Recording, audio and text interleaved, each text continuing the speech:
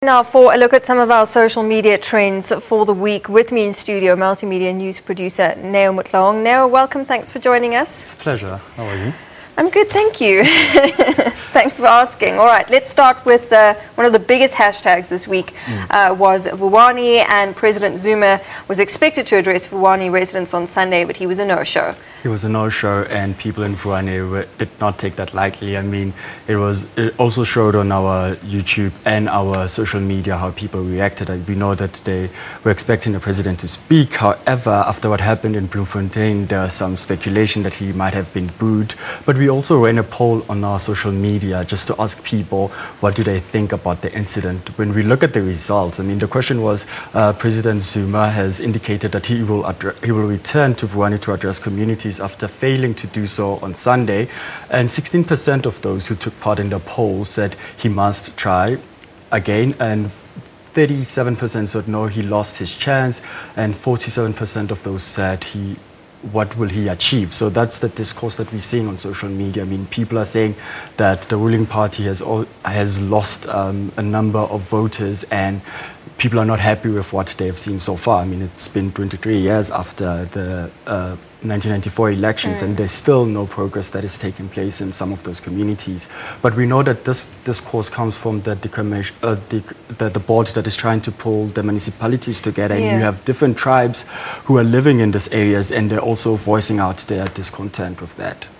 And I mean, this is just one incident of many that we've been seeing now in the south of Gauteng. We'll get to those other protests in a bit. Let's just take a look now at another hashtag that's been, I saw it a lot yesterday, and you know, throughout the past few days, for Karabo Mokoena, her body has been found, which is an incredibly sad story, and again something that points to the abuse towards women. I mean, there were so many hashtags that came out besides Karabo alone. There was a hashtag that men are trash, which has been running for a long time, but it has been condemned because it says men are treating women in a certain way and it's not allowed. However, when we ran the poll to ask our social media users what do they think about this, the question we ran was, what do you do about gender-based violence, which continues to claim an overwhelming majority of female victims? 64% of those said there must be a stiff jail sentence.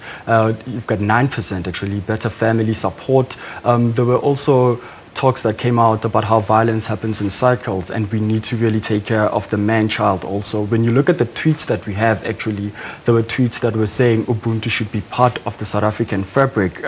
They say men have lost that, and it actually comes back to the family values and how men are raised in the society. I mean, this is one tweet taken from IG saying, you take someone's life and you do life in prison, simple as that. Rest in peace, Karabo, may your soul find peace. And another tweet also that came out is that women are not positions to be owned. She should be your other half and not your other victim. So those are the sentiments that are coming out of Twitter. And I agree with, well, I mean, I think it's unfortunate to see that only 9% say that there should be some kind of family support, and 22% say that there should be male education, when I think those should be upper hand in people's minds, and those should be the sort of key focus, is that we need to educate young men and boys, especially growing up in fatherless households, which we do have a lot of in this country. And I think that those two percentages should be bigger, and those are things that we should be looking at more. That's why they're talking about educating young men about violence towards women. I think for a very long time in South Africa, that discourse has not been opened about gender and violence. These things are interlinked, and we cannot address the other without talking about gender or sexuality. I mean, it plays hand in hand. Okay, so let's get back to the protests now. We've seen in Eldorado Park, Ennerdale, Orange Farm, Finetown, these dramatic protests. What are people saying about this on social media? Also, people are very dissatisfied with the current ruling party and the government at hand, which is funny because Gauteng is under, a collision of EFF and the DA, but yet people were saying that when Paul Mashatile wanted votes, he went into their communities without any escorts. But now that these things are breaking out, they have to fight for him to get his attention. But we also ran a poll. The question was, what do you make of the recent flat-out protest in places like Ennerdale, Eldorado Park, and van Leeuwen in Gauteng, where you have 63% saying poor governance, which people have been voicing out on social media, 10% saying poor voting, talking about the recent government elections, and 12% saying there's a third force. I mean, we've heard that narrative so many times about the third force, and 15% who said,